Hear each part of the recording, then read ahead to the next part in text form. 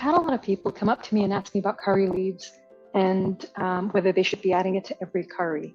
And the truth is, the answer is no. Curry leaves are special to the South Indian region. And so most South Indian cuisine has curry leaves in it. And then that extends down to Sri Lanka and over time to Malaysia and Singapore and other parts of Southeast Asia. But a Thai curry won't have curry leaves in it. It typically has kaffir lime leaves in it. A North Indian food typically has Indian bay leaf in it, which is different from the other type of bay leaf that we use in Mediterranean and continental cooking. The question I get asked most about curry leaves when used correctly is, how do I manage without fresh curry leaves? And look, I think fresh is best. A lot of people tend to freeze them, and that's okay too. But sometimes the texture is compromised when you freeze them. You still get the flavor, but not necessarily the texture of curry leaves, which I personally love to eat when I put it in a curry. So to preserve that flavor without having a poor texture, today's video is about doing a curry leaf powder. So for those of you who like the flavor of curry leaf, which is a bit pungent and a little bit bitter, but adds to the overall flavor of curry leaves are actually a wonderful thing to add for South Indian food. Traditional curry leaf powder is made for South Indian cuisine, and that is a specific type of powder that I've slightly created a variation of today. So curry leaf powder usually has things like split chickpea dal and split black lentil dal in it. Today's version is going to be something that helps round out the flavor of curry leaves, being pungent and bitter. I'm going to be putting sesame seed for the nuttiness, coconut for the nice creamy flavor, coriander for the floral tone, and finally ginger powder for that sweet flavor. So a couple of different things in there, but what you'll get ultimately is a powder that can last anywhere between 1 month to 6 months, depending on how you store it. It is literally like another powder that you would just throw into your curries. And again, you get that beautiful curry flavor without actually having to put fresh curry leaves in it or leaves in it at all, because some people don't even like the look and feel and texture of curry leaves, as I mentioned before. So that's what today's video is about, and let's get to it. So let's get started. We have with us here some desiccated coconut, and that's just really fine coconut here, as you can see. And we also have some sesame seed, white sesame seed in this case, 2 tablespoons worth of each. And I'm going to get the fire started because we're going to roast these guys up. And we're going to do a really low fire because we don't want to burn it. And so we're going to get that going. We'll roast these up first, and after that we'll do the curry leaves. And the whole point of roasting it is to make sure we get all the water pulled out of it so that the powder actually lasts longer. But then also it gives a nutty flavor as well, because the depth of the flavors are achieved when we roast it. So let's get that going.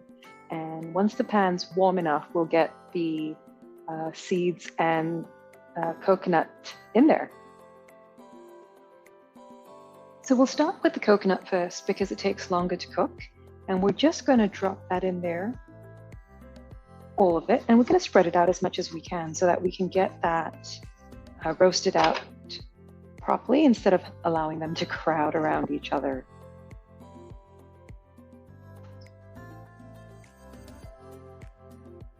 And a little bit of patience goes a long way here, because what we want is for it to be golden, but not burnt, because the burnt will introduce bitterness that the curry leaves already have.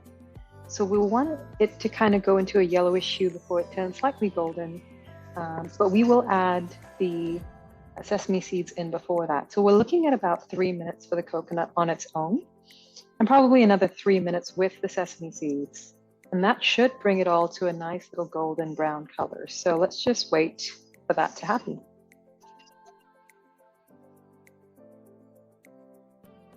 All right, you can see that slight hue of brown is in there. So now's the time to put the sesame seeds in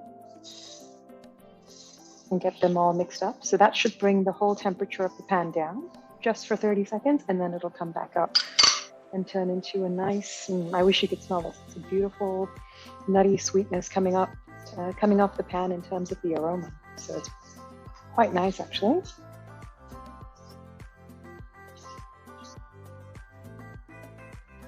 And so as you can tell, it's gradually darkening in color and intensifying into a golden. And so we will pretty much switch off the heat now, because there's still going to be heat in the pan that's going to be left over to roast it for a minute or so. And if I left it on any further, it would start to burn.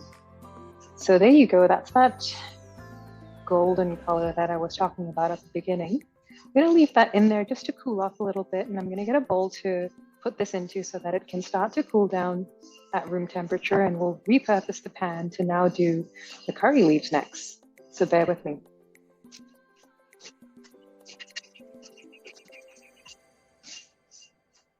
Now I would typically do coriander seeds and in here as well, but today I'll be using the coriander powder.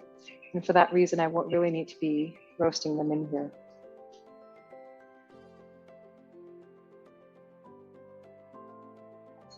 And get all those bits and bobs out so that I can get a fresh, clean pan ready to go for my curry leaves. All right, I'm just going to wipe that pan down because I don't want any of that to burn into the curry leaves. That will introduce, as I mentioned before, more bitterness, and we certainly don't want that in our curry powder. So there we go. Dusting it off on the side into my sink, which you can't see, but that's okay. And here we are, nice and clean, ready to go again. And it's already a little bit warm. Now with the curry leaves, I am just going to put a drop or two of oil, just to bring that pan up to a heat with the oil and give the curry leaves a chance to burn up, to crispen up as well. So I'm going to get that on a high heat for about a minute, and then I'm going to drop the temperature. All right, that's warm enough. I'm just going to drop that all the way back down to there. So we want a really light heat there to do the curry leaves.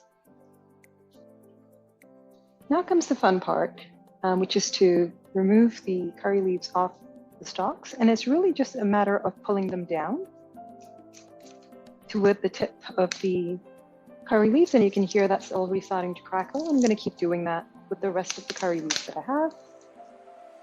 And that should very quickly, again, on a low fire, it should very quickly get me to the point where they're going to be golden brown. Now, I'm using 2 cups of curry leaves here, roughly. If you're at the grocery store, that's about 2 punnets worth. It's usually it's like 2 handfuls of curry leaves, basically, is what we're talking about when we say 2 cups. So that should give you an indication, roughly. I'm just going to stir these guys up while I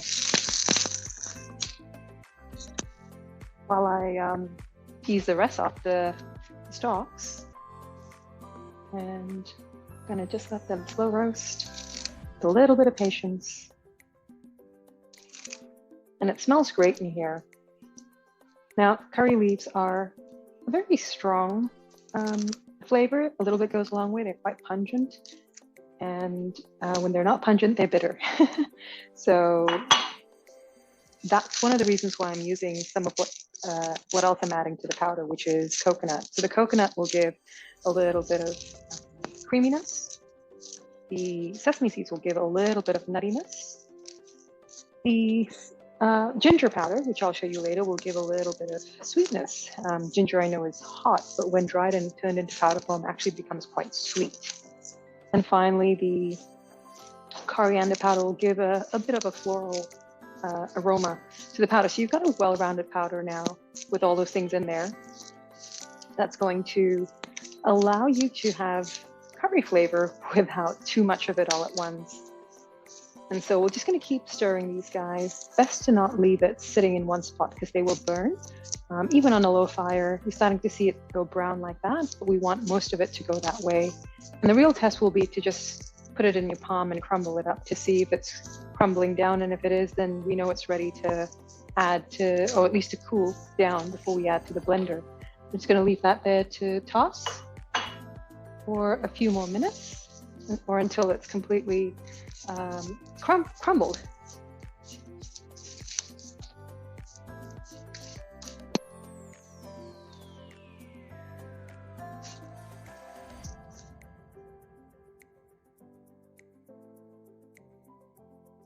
This guy's trying to escape. You can see some of these guys are starting to curl up. That's a good sign. It means all the water is coming out of it without it getting burnt, because again, the burnt flavor will introduce more bitterness, which is why patience goes quite a long way with this recipe.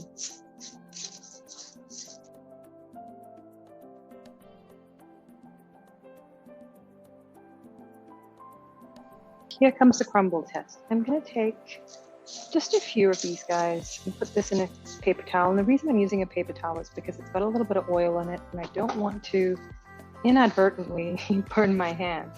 I'm just going to do this. I'm just going to squish it up, and if I open it up and it's crumbling down, yeah, that looks good. I would give it probably just another minute or so, just to make sure some of the ones that are a little less underdone have the opportunity to fry up, and then we're going to switch it off and allow it to cool down completely before we throw it into the blender.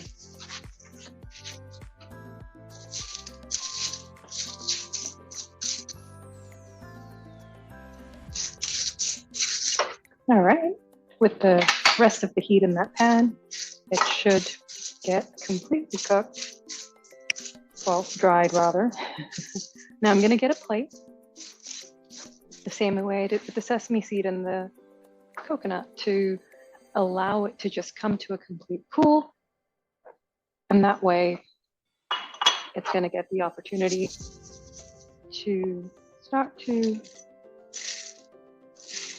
as you can see, it's quite golden brown, but it'll start to cool down before we actually throw it into the blender. I'm actually going to be using a coffee grinder today. You can also use a blender. Now, the reason we want it to cool down before we actually put it in is so that it doesn't turn into a sludgy paste. So we're going to let that come to a cool. And in the meantime, we're going to work with the sesame seeds and desiccated coconut, which is almost cool to the touch now. And yeah, they are completely cool to the touch. So that's ready to go into the blender or coffee grinder. And I'll be right back with all of that ready to blend up just in a second. And so here we are with my coffee grinder. You can use a blender, but I do prefer coffee grinders because they're the closest thing to Indian blenders, and they really get a good powder form going when you blend them. Blenders don't always do that, depending on what kind of blender you have. So I've got that ready to go. And I'm going to start, as I mentioned, with my sesame seeds and coconut. And the other two things that I haven't yet shown you, but have mentioned, are the coriander powder and the ginger powder, equal portions of that. And I'm going to actually throw it into the sesame seed and coconut and blend that all together so it has the opportunity to mix in there. And we'll see how we go for space. If there's enough space in there to put the curry leaves, we will. If not, we'll do them separately and mix them up in a bowl. So here we are with my coffee grinder. I'm going to go in with the seeds and coconut first, because that's got more stuff in there that needs to be ground out, and that's all of it in there. Now I'm going to go on top of that with the ginger powder first. And this is just for fun. I'm going to do it with the ginger powder once, and then I'll add the coriander powder and do it again. So here we go. Cover it up, and mine's a pressed down blender or grinder. And so now goes in the coriander powder, and I'll let that spin again, and then I might scrape down the corners to make sure everything's blended. So here we go. So I like to go in there with a knife just to kind of scrape down the corners, make sure that everything that's meant to be ground up is actually ground up. Sometimes it can either get quite dry or wet, depending on what we've done today. And it should be relatively okay because we've added additional powder in there. Now, just going to, it looks pretty good, but it's got some bits and bobs in there that need another round. So I'm just going to allow for that. And here we go.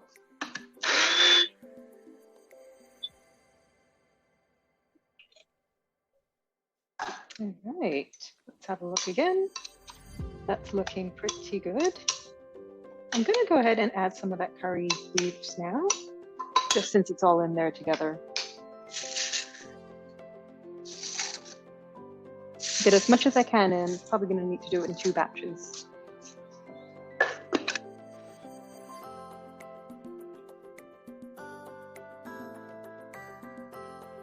I'm going to give that a stir.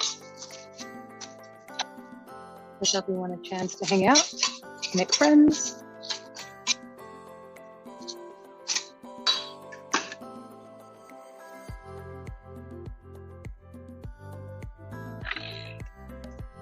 And as you can see, it's gone a beautiful green all of a sudden because it's all the curry powder, or curry leaves rather, that's gone in there. So one more time, I think, before I add the last batch of curry powder, and we may just have to help it along with a fork or a knife that I have in my hand, or another fork. So just getting that to really get in there. And here we go.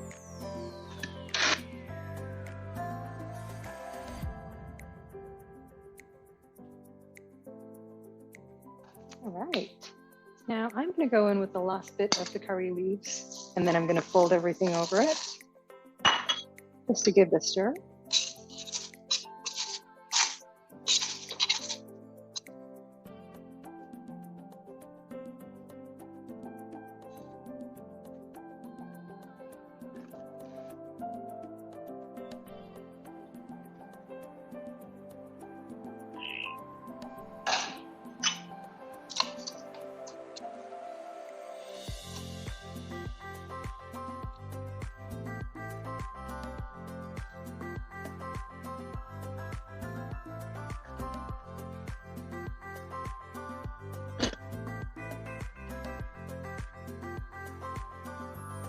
All right, that is just about ready.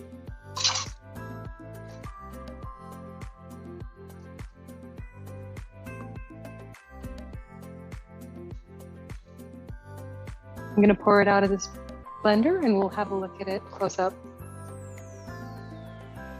All right, so there we have it out of the blender, nice and close to you so you can take a look. That's what it'll look like. It's pretty crumbly, like regular powder. You can store it in a jar at room temperature for up to a month, in the fridge for up to 3 months in the jar. And if you want, you can even freeze it for up to 6 months. So there you go, nice and simple. Don't have to worry about having to buy curry powder fresh, curry leaves rather fresh. And you can just make some and forget about it for a little while. Enjoy.